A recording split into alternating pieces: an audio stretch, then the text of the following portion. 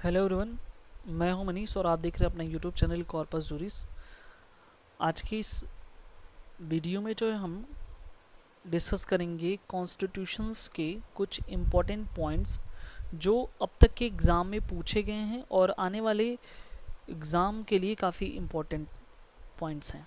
ठीक है, जितने भी लॉ से संबंधित एग्ज़ाम्स होते हैं उन सारे एग्ज़ाम्स में जो है काफ़ी इम्पोर्टेंट ये पॉइंट्स हैं, हमने कलेक्ट करके रखे हैं।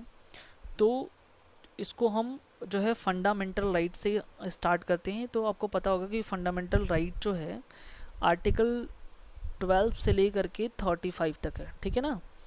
तो ये जो फंडामेंटल राइट से जो कुछ इम्पोर्टेंट क्वेश्चंस होंगे उसको हम दो पार्ट्स में डिस्कस करेंगे। तो आज जो है फर्स्ट पार्ट हम इसका डिस्कस कर रहे हैं फंडामेंटल राइट का, और आने वाले नेक्स्ट वीडियो में जो हम बाकी के जो फंडामेंटल राइट्स हैं उससे संबंधित जितने भी क्वेश्चंस इम्पोर्टेंट हैं एग्ज़ाम के लिए उसको हम डिस्कस कर लेंगे। तो चलिए स्टार्ट करते हैं। तो पहला यहाँ पे आप देख सकते हैं ये जो इतना इम्पोर्टेंट चीज़ें हैं ना, ये जो है हम कैरेक्टरिस्टिक्स से वगैरह से रखे हैं। तो यहाँ पे आप देख सकते हैं जो सुप्रीम सोर्स होता है पावर का, ठीक है, आपको पता होगा कि जो भी जो है पावर का सुप्रीम सोर्स है वो किसके पास से, कॉन्स्टिट्यूशन ऑफ इंडिया के पास दे के रखा गया। ठीक है, उसके बाद एक सबसे ज़्यादा क्वेश्चन यहाँ पे पूछा जाता है क्वासी फेडरल।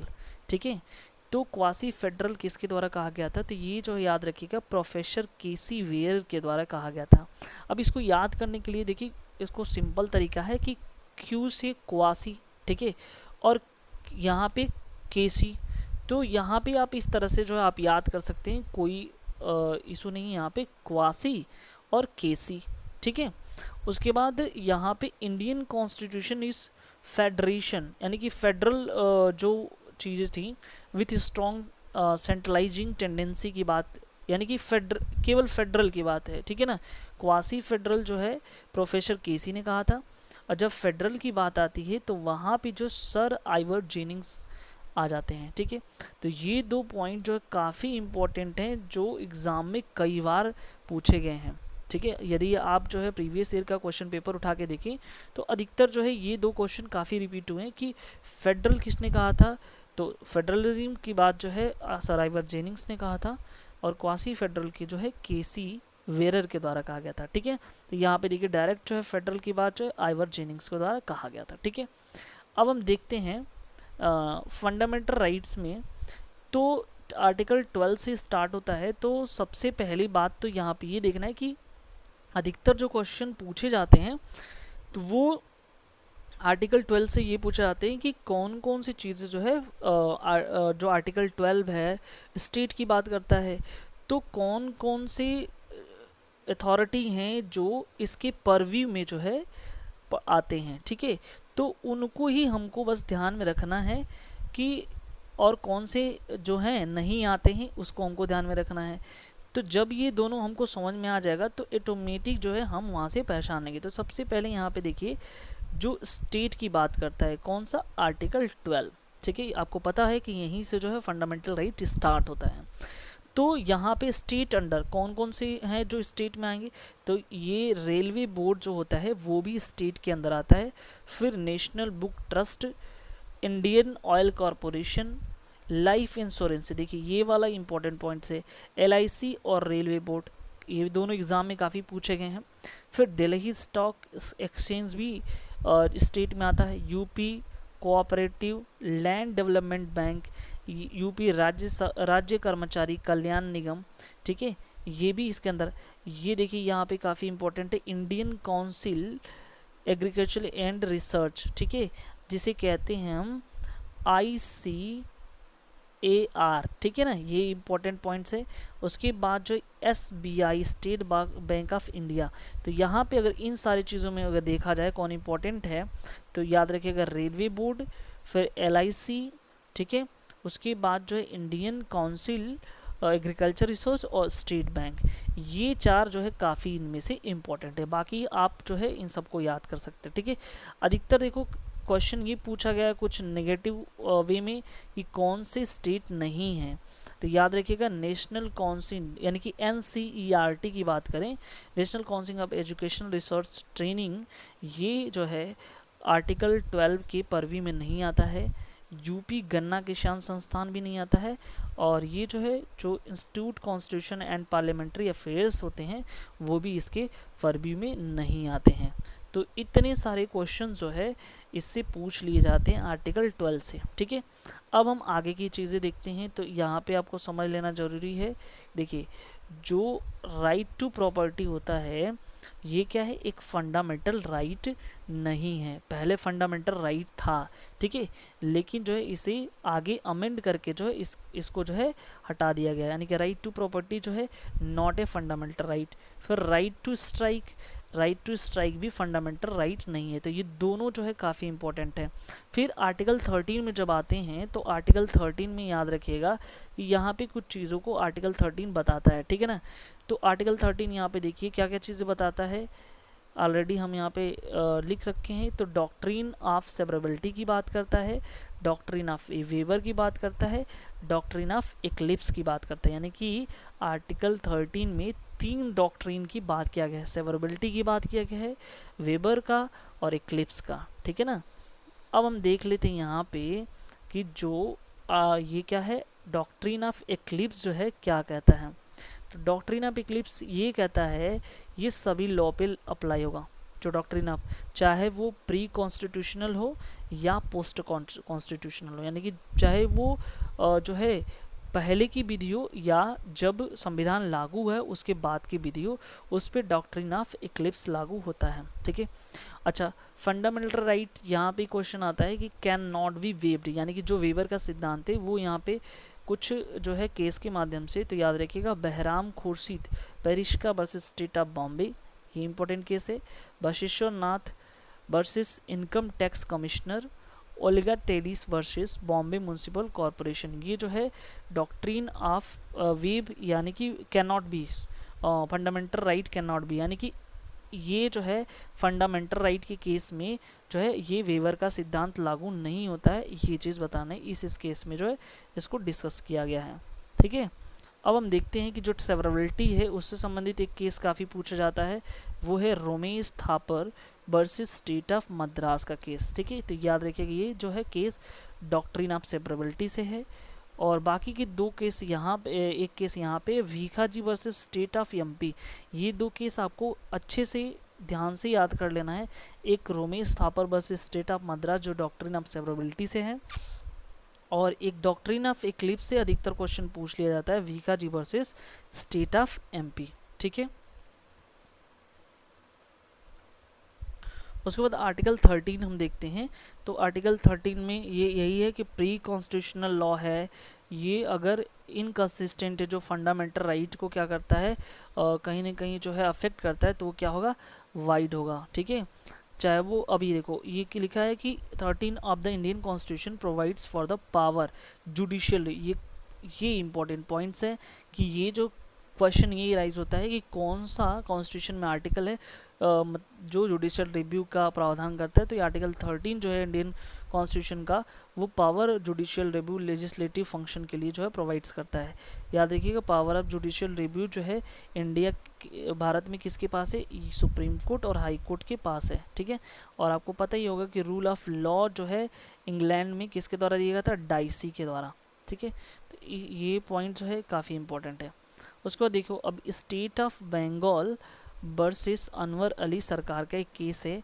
आर्टिकल जो केस में क्या कहता है कि जो आर्टिकल 14 है वो क्लासिफिकेशन को परमिट करता है, लेकिन क्लास लेजिस्लेशन को प्रोहिबिट्स भी करता है, ठीक है ना। But classification must not be, अब जो भी क्लासिफिकेशन देखो, यानी कि आर्टिकल 14 जो है क्लासिफिकेशन को परमिट करता है, लेकिन जो क्लास लेजिस्लेशन है उसको रोक लगाता है। और ये भी बताता है कि जो क्लासिफिकेशन होगा वो आर्बिट्रेरी, आर्टिफिशियल या evasive is held with the Supreme Court होना चाहिए, यानी कि जो है ऐसा नहीं होना चाहिए मनमानेपन, जो भी क्लासिफिकेशन हो वो मनमानापन ढंग से नहीं होना चाहिए, in the purview of the Supreme Court होना चाहिए, ठीक है ना। उसके बाद जो है यहाँ पे नेक्स्ट केस जो आता है वो क्या है, Anuj Garg versus hospital association of India. ये भी काफ़ी इंपॉर्टेंट केस है जो कई बार एग्ज़ाम में पूछा गया है। तो यहाँ पे है कि जो एम्प्लॉयमेंट होता है, जो any under as of 25 years के है, कोई भी वुमेन हो, in any part such as permission in which the liquor and intoxicant drug consumed by the public is unconstitutional। यानी कि ये ड्रग वगैरह की बात कर जो पब्लिकली जो है अनकॉन्स्टिट्यूशनल माना गया, ठीक है। उसके बाद राइट टू इक्वलिटी की बात करते हैं, वो फंडामेंटल राइट। अब देखो ये जो है आर्टिकल 14 में ही तो राइट इक्वलिटी की बात करता है, ठीक है। तो याद रखिएगा ये किसके लिए, सभी पर्सन्स के लिए, अवेल फ्रॉम ऑल पर्सन्स, ठीक है। तो ये भी क्वेश्चन पूछा गया है एग्ज़ाम में। और ये आपको याद रखना चाहिए कि इक्वल प्रोटेक्शन ऑफ लॉ जो आर्टिकल 14 में दिया वो कहाँ से लिया गया है, अमेरिकन कॉन्स्टिट्यूशन से लिया गया है। और कहाँ से कहाँ तक राइट टू इक्वलिटी है, आर्टिकल 14 से लेकर के आर्टिकल 18 तक की बात जो है राइट टू इक्वलिटी करता है, ठीक है। उसका नेक्स्ट क्वेश्चन एक इम्पॉर्टेंट है, Ashok Kumar Thakur versus union of India का।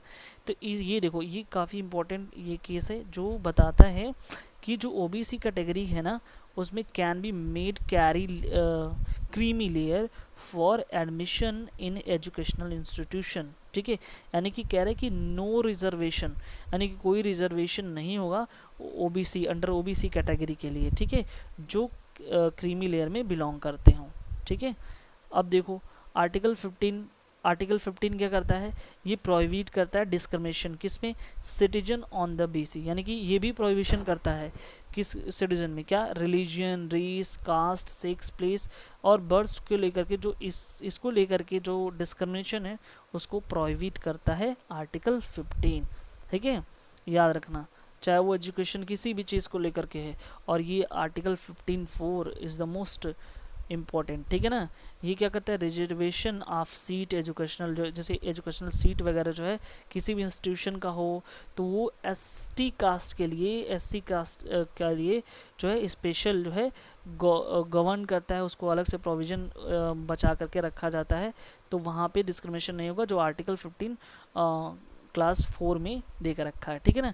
और ये कहता है कि इसी को 15 क्लास 5 को जो क्या किया गया था, डिक्लेयर किया जाता है constitutional, Ashok Kumar Thakur versus union of India के केस में, ठीक है। उसके बाद रेशियल डिस्क्रिमिनेशन एबॉलिश कर दिया गया है, आर्टिकल 15, 16 और 17 में दिया गया है। ये इंपॉर्टेंट है कि आर्टिकल 16(4)(a) जो है क्या बात करता है, ये कह रहा है कि जो SC ST की रिजर्वेशन उसको प्रमोट करने की बात करता है, ठीक है ना। और ये भी याद रखना कि जो कैरी फॉरवर्ड रूल्स होते हैं वो अल्ट्रा वायरस होगा, किस केस में कहा गया है, तो देवी दौशन वर्सेस जो है यूनियन ऑफ इंडिया का केस था उसमें ये कहा गया था। और ये इम्पोर्टेंट चीज़ें यहाँ पे हमने डिस्कस किया। और ये मोस्ट इम्पॉर्टेंट है कि कैचअप रूल जो होता है वो आर्टिकल 16(4) से रिलेटेड है, ठीक है ना। ये क्वेश्चन पूछा गया कई बार एग्जाम में कि कैचअप रूल जो है किससे रिलेट करता है, तो आर्टिकल 16(4)(a) से रिलेट करता है, ठीक है ना। और याद रखिएगा कि यहाँ पे जो प्रोविज़न है बैकलॉग वैकेंसी वाज इंसर्टेड कि इसमें 81st अमेंडमेंट 2000 में जो है ये इम्पोर्टेंट है कि जो बैकलॉग वैकेंसी था उसमें अमेंड करके लाया गया था, ठीक है ना। और बाकी ये तो हमने डिस्कस कर ही लिया कि इसमें SC ST के बारे में प्रोविज़न है, ठीक है। अब देखते हैं कि जो आर्टिकल 17 है वो एवोल्यूशन ऑफ अनटचेबिलिटी की बात करता है, अस्पृश्यता की बात करता है, ठीक है ना, छुआछूत, अस्पृश्यता वगैरह की बात करते हैं। यानी कि law of government which prohibits private coaching bye teachers of universities and degrees college is a reasonable restriction on the right of profession. अब यहाँ पे ये बता रहा है कि इसके अलावा जो है जो भी प्राइवेट कोचिंग हैं या यूनिवर्सिटीज़ वगैरह हैं वो एक रीजनेबल अपने रिस्ट्रिक्शन जो है प्रोफेशन में लगा सकते हैं, ठीक है ना। To form cooperative societies is a fundamental right, यानी कि अगर कोऑपरेटिव सोसाइटीज़ को बनाना है तो कोई बना रहा है तो वो फंडामेंटल उसका राइट है कि वो बना सकता है। नेशनल एंथम कॉन्फ्लिक्ट काफ़ी इंपॉर्टेंट है, कई बार चर्चा में रहा है। तो ये किस केस में कॉन्फ्लिक्ट था, Bijoe Emmanuel versus state of Kerala. और आर्टिकल 19 किससे संबंधित है, ये कह रहा है कि ये जो है freedom of speech and expression की बात करता है। और ये सभी जो है सिटीजन जो इंडिया के हैं उन पे लागू होता है। ठीक है ना। तो ये सारी चीज़ें थी जिसको हमने जो है काफ़ी अच्छे से डिस्कस किया। ये जितने भी नोट्स हैं, ठीक है, ये काफ़ी इम्पोर्टेंट हैं और ये सारे जो है हमने जो इम्पोर्टेंट पॉइंट्स हैं और जो भी प्रीवियस ईयर के एग्ज़ाम में क्वेश्चन पूछे गए हैं उन सभी में इम्पोर्टेंट है। यदि आप किसी भी स्टेट पीसीएस जे या एपीयू या एडीपीयू किसी भी लॉ रिलेटेड एग्ज़ाम की तैयारी कर रहे हो तो ये चीज़ें जो है कॉन्स्टिट्यूशन से काफ़ी इंपॉर्टेंट यहाँ से क्वेश्चन बन जाते हैं। ठीक है, तो आई होप ये चीज़ें समझ में आया होगा। यदि आप मेरे चैनल में नए व्यूअर्स हो तो प्लीज़ सब्सक्राइब ज़रूर कर लें, लाइक कमेंट करना ना भूलें। Thank you so much.